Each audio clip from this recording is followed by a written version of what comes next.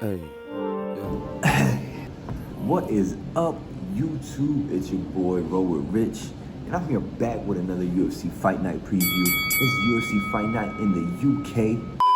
I tell you what though, folks, that's bloody nice. First fucking time in years, I don't know fucking how long, pandemic hit and kind of fucked us. Hey, yo! But guess what? We're here now, and we're gonna preview this fight night. I'm not gonna get too much in detail of prelims. There are some great fights on the prelims, but I'm gonna get straight into the main card and those predictions for that main card. I'll give you some fighters to watch out for and to put some money on if you want to. But guess what? This fight game, it's a cruel game. So you might win some, or you might lose some, okay? You never know in this sheet.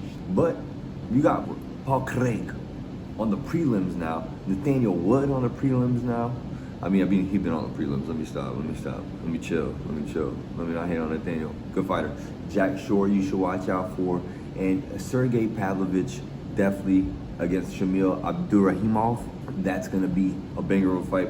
And I think that, you know, my boy Sergey, if you're looking out for somebody, Sergey Pavlovich, he's someone to watch in this fight card.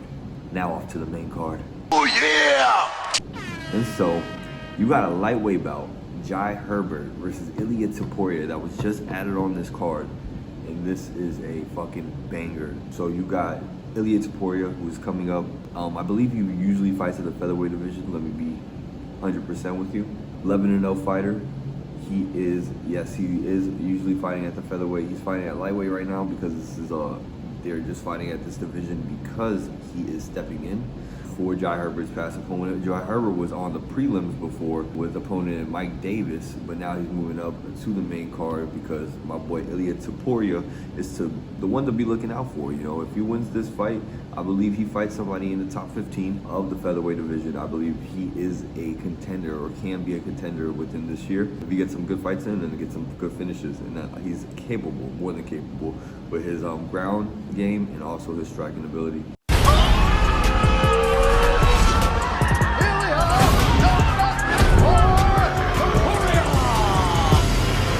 So Ilia Topuria, if you do want to watch someone coming up on the rise, I would say this is one of the main fighters you would want to watch. That's going to be pretty big, man. He is dope. He's a good fighter. You can just tell he has the aura about him.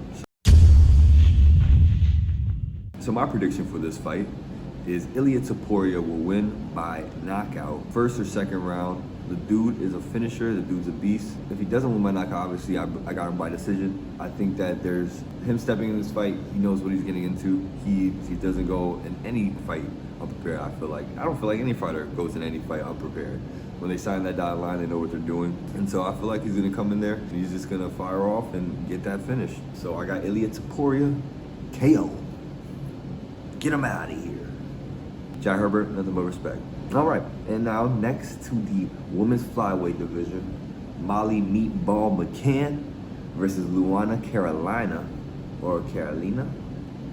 I don't know.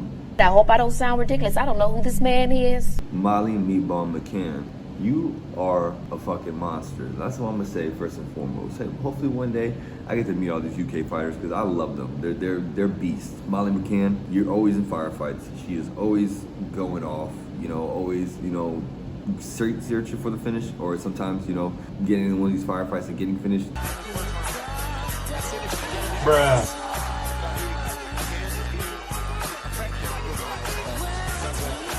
Molly McCann is the real deal when it comes to this flyweight division. She is someone that can engage in these firefights and always have these exciting, awesome fights. She's a finisher. I believe that this fight is going to be a banger, all because Molly Meatball McCann's in it. And we're going to see, you know, a finish within the first or second round. I got Molly winning this by KO or decision. Third round, because she's usually a decision type fighter. She's just someone that engages in these fire fights. Like, they're just always good. I believe it's going to be a good fight. I believe this fight, she will get a finish towards the third round, maybe second round. But if not, she is going to grind out the decision because Molly Meatball McCann is that bitch. And so my prediction for the fight, Molly Meatball McCann, honestly, by decision. I give her a decision over Luana Carolina or Carolina. I don't know. Gunnar Nelson versus Takashi Sato, a welterweight bout, the next fight up. This is gonna be a good fight. Honestly, Gunnar Nelson, he's gonna get him to the ground. And if he gets him to the ground, it's game over. He's gonna submit him. And Takashi Sato, I looked into his background, he's been submitted a lot. I think this is a Gunnar Nelson kind of like welcoming party back to MMA. It's been 2-3 years since I've seen him fight, I believe. So it's been a while since Gunnar Nelson's been in that octagon. So it's good to see him back. So my predictions for this fight, Gunnar Nelson will win this by submission in the second round or first.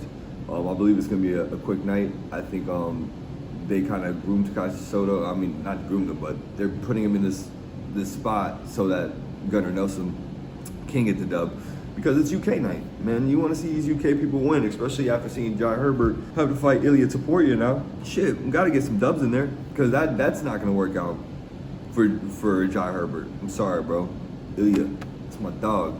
He's going to get it. And now we're going to get to the last 3 fights on this card, which I'm just too hyped for, because these last 6 fighters are gonna put on an absolute show, and I'm so glad about how they organized the co-main now, and how they put Arnold Allen and Dan Hooker on the co-main. I'm not getting into that right now, but I'm gonna get into this Paddy Pimblett versus Rodrigo Vargas, which is gonna be a fucking banger as well. You got Paddy Pimblett, who's 1-0 in the UFC now, cage fighting champion. Is he cage fighting champion, correct? Was he cage fighting? 1 second.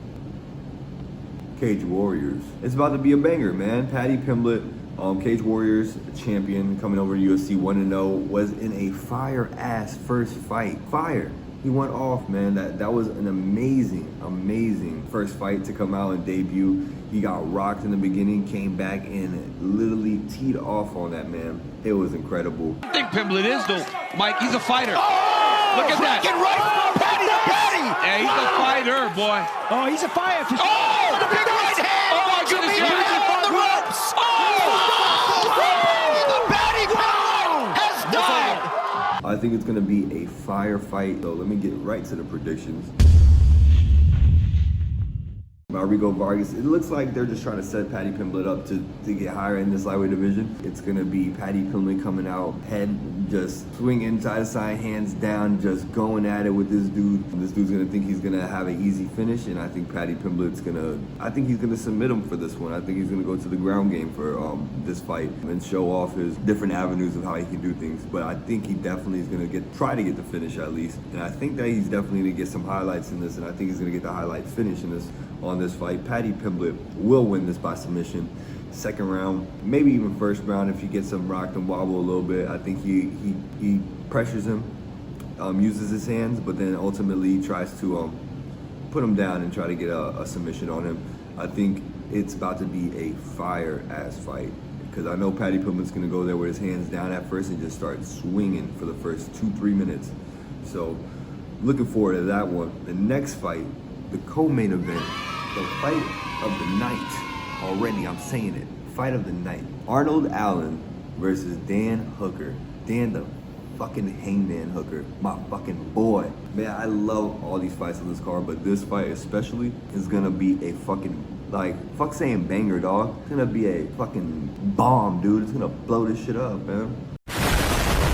Arnold Allen is a monster of a prospect. 17-1, I think undefeated in the UFC. Arnold Allen has been the real deal since he's gotten here. Fucking striking on point. He can mix it up, but mostly a striker. He's grounded a lot of decisions. He's a great up-and-coming prospect. 28 years old, awesome. But I'm gonna talk about my boy, Dan the Hangman Hooker, who's coming down to featherweight to fight this man. Just lost to Islam Makhachev by Kimura when Hasbulla came and checked on him and shit. You know, said everything's all good, bro. You know, because he didn't want that smoke. I'm sorry, Dan, you didn't want that Hasbulla smoke. My boy unstoppable. But Dan, the Hangman Hooker, honestly stepped in at short notice to fight Islam after fighting Nasrat Haqparast. So, mad respect for doing that. I think he realized that he is a good lightweight fighter. He can beat a lot of people in that division, but top 5 lightweight, a little bit different than a lot of divisions. It's hard. Islam, you got Beneil Dariush, you have Dustin Poirier, Charles Oliveira, Justin Gaethje. Those are all tough fights in that lightweight division. So